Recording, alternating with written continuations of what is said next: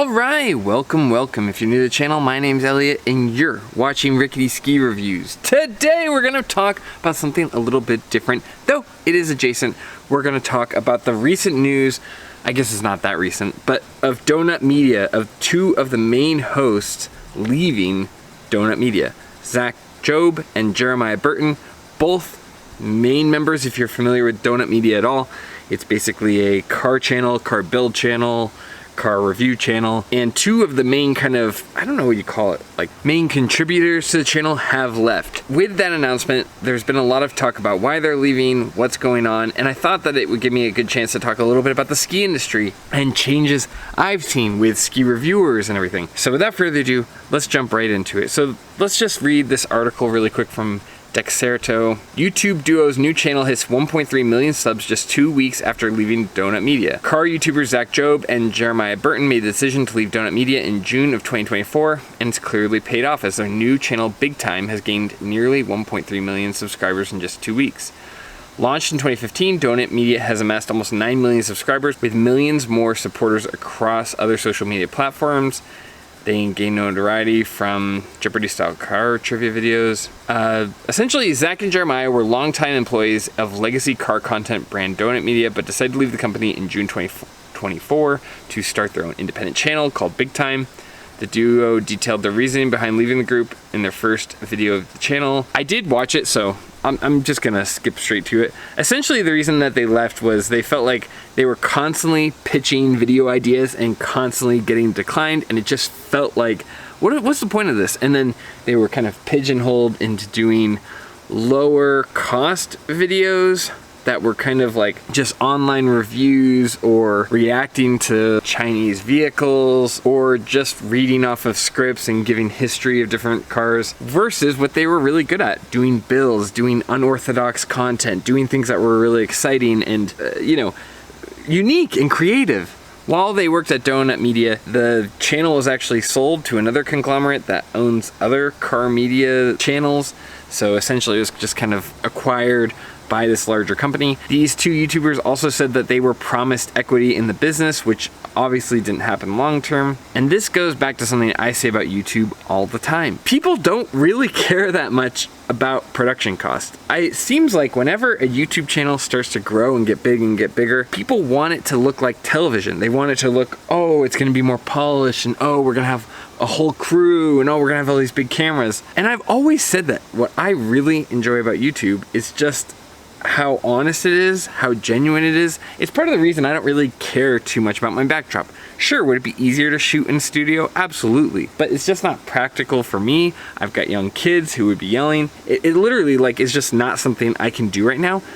But at first I thought, oh, well, kind of makes me less legitimate. And quite the opposite. I've actually enjoyed shooting in the backyard because I feel like it brings a level of genuine personality to the table. So anyway, that's just about me. I don't personally do it. And I also have fallen down this rabbit hole of car YouTubers. I started watching Doug DeMuro, and Doug DeMuro, who, if you don't know, he does car reviews essentially. He had this whole thing where he was talking about how he's just shot all of his videos on a little iPhone and they all look very basic. He's just standing in front of a car. I think he finds Mormon churches to shoot his videos in front of. And he said that in order for him to make the videos and get them out on schedule, that was the compromise he needed to make. And that he actually thought it helped his channel long term because it's what separated him from those kind of review channels that were just more marketing rather than actually reviewing cars. That's one thing I've found with ski reviewers in general to be really frustrating. The state of ski reviews is pure chaos. There are a couple of channels that will pop up, do a handful of reviews, and then never review anything. And then it turns out, oh, this was sponsored to do this review. There was one that I did with Shred Goggles, where this woman reviewed one piece of ski equipment and then never made any other ski equipment reviews. Similar to things I've seen for certain Black Crow channels, like Nikolai Shermer. He has done a video that's really cool, just going through all of his gear, but he's sponsored by Black Crow, so all of his skis are Black Crows, which is fine. I love Black Crow skis too. But when you don't have anything to compare it to, it's not that helpful of a review. Now, everything I'm gonna say about the ski industry, I'm gonna exclude ski essentials. because the hard part about Ski Essentials is that they also sell the skis, so it's really hard for them to be overly negative about something because they're gonna sell it and they don't want a bunch of that ski just sitting in their warehouse. But I would say for what Ski Essentials is, they do it the most ethically, they do it the most professionally, and they do a darn good job at their ski reviews. They're very thorough. I think they far exceed what most other companies would do in that case. I see Backcountry.com, I see Evo.com, I see all these brands that like short term put a little bit of money into making YouTube content and then never pick it back up because it's not very successful and it doesn't come across as very genuine. Whereas Ski Essentials, I think Bob and Jeff are genuinely trying to help everyone. They're the exception, but if I'm being honest, when it comes to ski reviews, they are still influenced by the need to sell this product.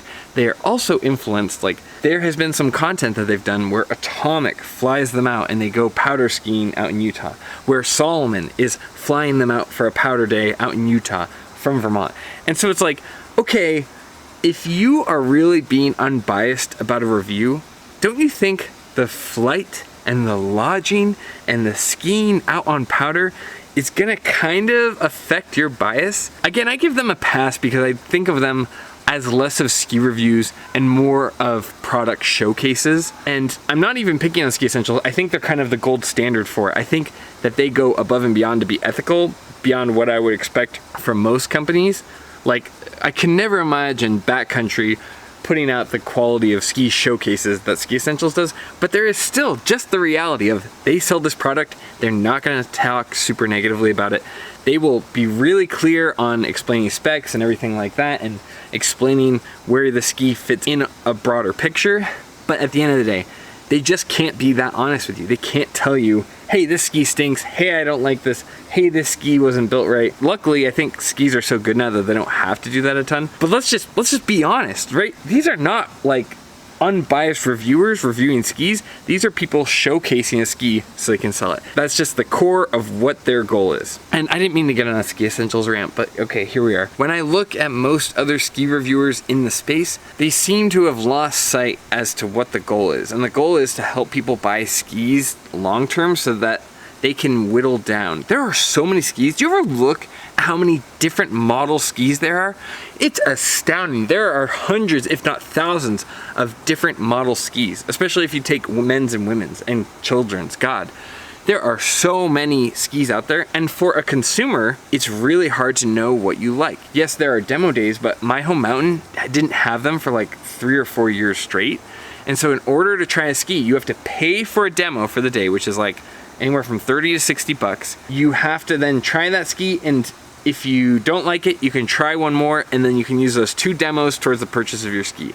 But if you don't get down to what you actually like in a ski in those 2 demo days, then you lose that money. Essentially, you can't use it towards your purchase. At least at my local shops, and I'm assuming in a lot of the country, it's a similar thing. So how are people supposed to know what skis they want and what they like? So I always look at ski reviews as being that funnel, being like, okay, if you know what things you like in a ski, I can at least help you funnel it down so you can try a couple of skis. Yes, I have affiliate links. Yes, that helps the channel, but that's not my primary objective. My primary objective is just to be honest. I have always been honest. Whenever I do a deal or send an email to a ski company, I am constantly reminding them, okay, but again, I'm gonna be honest about these skis, good or bad. And luckily, every brand has been very cool with that. I've never gotten any pushback on that. But that is, you know, selling the ski doesn't really matter. In fact, there have been skis where I put the ski review out. Have you ever wondered why some ski reviews come out like 6 months after the fact? Like, you see maybe a video of somebody reviewing a ski, it's from winter, but you're seeing it in June or July. Well, that's because the ski doesn't actually go on sale until later, so that people get the review copies early, they review it, and then the ski goes on sale. Well, for a company that sells skis, let's say Backcountry does a ski review, there's no point in having the ski review out early because they can't convert those people into selling the skis. For me, I reviewed the Black Crow's Octo months and months ago because that's when I got it, and I can't make any money on an affiliate link. I just care about, okay, I want to be honest, what I think about the ski, how is it useful to you guys watching? And then if you go, hey, that sounds like a good ski, I can wait and buy it later, or no, that doesn't sound good, I'm gonna get a ski on sale. For me, it's more important that I'm able to give you guys a perspective on a ski, because it's almost impossible for people to try all the skis out there. And at least if you're gonna try out skis, I can narrow it down to a few good candidates. The other thing I see every review channel do out there is they've got to up the production quality. It needs to look like an MKBHD tech review. You look at Out of Collective, it's like, oh, we've got this beautiful background, everything's very polished. And I think that's great. I think it's good to take pride in your work. The problem is when you look at Out of Collective, they don't put out that much content. The content they do is really good, and they have this really cool new series showcasing local Vermont and New Hampshire trails. But if you're like worried too much about polish and it really creates a slow workflow for you, you're not actually creating content for people. So at least for me, I've always taken the idea that when I watch YouTube, I don't really care about the production quality as much as I do about what the person has to say and the personality behind it. So also, before I forget, if you like this kind of content, please consider liking and subscribing. I hate asking, but you know, we are a growing channel. It helps a lot. I appreciate you being here, and please consider liking and subscribing. You can also become a member down below. There's a bunch of perks with that. You get to see videos early. You get access to my opinion on your ski quiver, what skis you should buy, lengths, things like that. But anyway, let's get back to the video. I always forget this part. Bringing it back to Donut Media. Donut Media got acquired. It didn't pay out people it said it was gonna pay out. It didn't cut people in on the deal. It didn't allow the creators who were actually making the content that made the channel popular to make their own content. So they went off and did their own. And I think that's awesome. You know, they're just shooting in their back garage. I think that is so cool. And to me, it is this big divergence on YouTube of people that seem to understand YouTube and watch it, and people who don't and who are just trying to monetize it. And for me, it's like, yes, that's what I want to see. Two guys in their garage actually building something. I want to see people who are actually creative, who are actually having original ideas. And I don't really care what the backdrop looks like, okay? I care if the audio is like, I can hear it and it doesn't hurt my brain to listen to. And I like that the video is like within range of visible, there's some lighting. But beyond the basics, YouTube has always been, in my opinion, personality driven. Not how much money can we flex in our backdrop. Or in my case with skis, like, oh, look at all of the skis we have and all of the skis we can try and look what access we have. It's so funny to me too. I see channels that get a third, a fourth, a fifth, a sixth as many views as my channel does, and they still get skis before I do, or they still get brands that work with them that won't even return my calls. I think some of that is in the ski industry. There's a little bit of like weird inside baseball where I'll talk to these reviewers and be like, well, how did you get that ski? Oh, that was my college roommate and we're friends, and I don't know. It seems a little baffling to me. Luckily, because of you guys' support and because the channel is growing, I am able to get my hands on more skis. But at the end of the day, I'd rather be honest with you than have a good relationship with the brand. Like, that's always gonna trump it. And I think about that a lot because I get brands that go, oh, I don't know if we're gonna send you any more skis. It's like, all right, don't send me skis. I'll get them from the demo shop. I'll get them out of a dumpster if I need to. I'll get them at a ski swap. I'll go on Facebook Marketplace and find a pair that were beat to heck. I don't care. It's a lot easier for me to review skis if they do send me stuff, and I do really appreciate all the great relationships I have with brands currently. But I was doing this before I had those relationships, and I really prioritize honesty and integrity and helping you guys understand the skis. I've already worked in the ski industry. I've already seen how it worked. I played ball when I worked for skiracing.com. I was nice to everyone. I made sure it didn't matter. None of it mattered. You know what I mean? I still got let go from that job. I still wasn't able to have a long-term career. I had nobody stick their neck out for me with any of these brands or anything. In fact, I had brands go, well, I don't like what Elliott was saying about those helmets. It's like, okay, well, I was talking with someone with a doctorate. I'm gonna be honest. I guess that what I'm trying to say is at the end of the day, it seems short-sighted the way some of these YouTube channels really prioritize polish and prioritize, oh, look at all these like big brands. I just don't find it very ethical. You know what I mean? Like, the only reviews we get from some athletes is reviews of skis in that brand. Oh, this person's sponsored by Atomic, so we only ever see their opinions on Atomic skis. Oh, this person's sponsored by Black Crows, so we only see their opinions on Black Crow skis. Those aren't ski reviews. That defeats the whole purpose. I've talked about taking on sponsors later down the road, but it's never with ski brands. It's like, okay, if this jacket brand wants to sponsor a ski video, then that to me is ethical, okay? Like, there's no conflicting things. I'm not saying anything about a ski jacket when I'm talking about a ski. Or like if Booster Strap wanted to sponsor a ski review, that has nothing to do with the ski. So I'm always open to sponsors like that, but I have totally said I do not take money for ski reviews. And what's crazy is I know, at least through the grapevine from things I've heard, that there are companies that do ski reviews that take money for them to be in top 10 lists, things like that. They are paid for that kind of thing. And for me, that makes my stomach crawl. Same when I was watching some of Donut Media's content, I got interrupted with a Nissan ad. And when I was like, where's the skip button? Oh, that Nissan truck ad was built into the video. Okay, fine, whatever. I watched through that. You can see when people kind of skip through it. Then, after that ad's done, I get served a real ad on YouTube algorithm, and it's a Donut Media ad for Nissan trucks. The same ad got played once in the video and once on top served by YouTube. If you're gonna put those kind of ads in, don't double down like that. I got 2 of the same ads back to back on one Donut Media video. And to me, it's like, okay, so are you guys really ever gonna be honest then about Nissan vehicles? Probably not. This whole thing doesn't make any sense to me. I have brands that, so you know, where they send me skis and I keep them. But that is primarily 1, because it helps me recoup any production costs, and 2, because I can actually do comparison videos later in the year. I can do multiple videos on something. For instance, I kept my Peak 104s, but it allowed me to do a follow-up video where I tested the demo plate, where I tested how they were in powder, where I got a second opinion on them.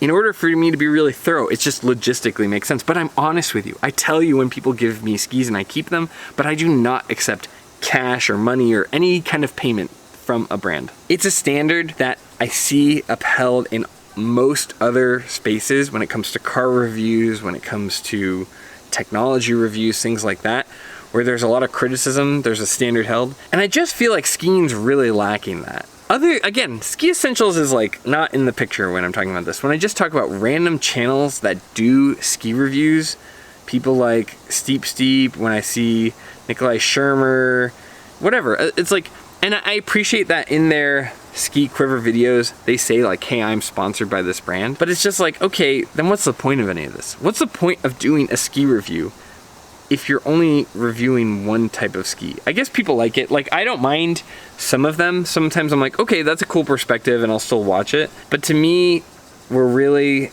in the ski community, really lacking a lot of integrity and honesty with ski reviews. And I know that I'm just a drop in the bucket. I know there are only so many skis I can review, but that is like 100% why I started this channel. Literally, it was a pair of Atomic Bent 100s. Everybody and their uncle was saying how good it was. And then I demoed it and I was like, this is a little noodly. So one of 2 things is happening. 1, either people aren't being honest about the downside of the ski, which I think is like primarily what's happening. And then 2, I had brands like Curated where the people skiing on them just had nowhere near enough experience to feel those kind of things in the ski, to feel the difference in the ski, to feel what's going on with the ski. The other weird thing that's happened is when I first started this channel, I was really small, so I didn't really think about like, oh, I'd react to stuff and I kind of do my curated videos where I just criticize them for their bad skiing and bad takes and everything. But since I've grown, it feels weird and awkward to do that because I've outgrown a lot of these channels. Maybe the subscriber count isn't as big, but I don't know. I don't really care about that. But the views, the amount of people who are actually watching the reviews is way higher than almost any other channel. We're even outperforming Ski Essentials. Like if Rickety Ski Reviews gets a ski inside of 1 month of Ski Essentials, Rickety Ski Reviews has more views than Ski Essentials, and the videos are longer, so it's not like a shorter video or anything. And I think some of that is because I'm not selling skis. I don't care if you buy them. If you're gonna buy them anyway, I always say like, use the link. You might as well support us and it doesn't cost you anything. But I don't care about selling skis. I really don't. I'll tell you in the summer when there's good deals, but if I was like really just cared about selling you skis, I would pre-record all these videos and then put them in October, November, December, so that I could get you guys to pay full price. But I don't care about that because there's enough of that. There's enough of that going around. I would rather help you guys out, tell you when there's deals, tell you the truth about skis, because that's the kind of content I want to watch. That's the kind of ski community I want. And that's why I started this in the beginning. And when I see the way that Donut Media handled this, where they go, okay, well, we're just gonna do these low cost, high view videos, it misses the point of what people care about. They care about personality and they care about creativity. So kudos to the guys over at Big Time, Zach and Jeremiah. I don't watch a ton of Donut Media. I fell down a rabbit hole of it and like a year ago, and I've watched maybe, you know, once a month I watch a video from Donut. But congratulations to you guys for understanding what people care about out of YouTube content creators, and I don't know, like sticking to your guns and saying we're gonna create the kind of content we want to. We're not gonna worry about, oh, how many dollars are we gonna make on this? What's our return on investment on this? We're gonna say, what is cool content? What's stuff we wanna make? And I think that is so cool, so creative, and it's exactly what I think I want to see more of, and I think people in general want to see more of. But let me know your opinions down in the comments. I'd love to hear what you think. I'm, again, not hating on anyone, and like I said, Ski Essentials does a darn good job, so zero hate towards them. I'm just talking about all the other reviews in general I see in this big void of truly honest reviews that I'm trying to fill. So anyway, mazel tov to the guys at Big Time. If you are into automotive content, it's definitely worth checking out. And please let me know down below what kind of ski content you like and what you'd like to see more of out of my channel. As always, this is just my opinion. I'd love to know what you guys actually think. But more than anything, thanks for being here. Thanks for watching. If you like this kind of content, please consider liking and subscribing. We have memberships down below, but more than anything, just thanks for being here. And as always, I'll see you in the next one. See ya.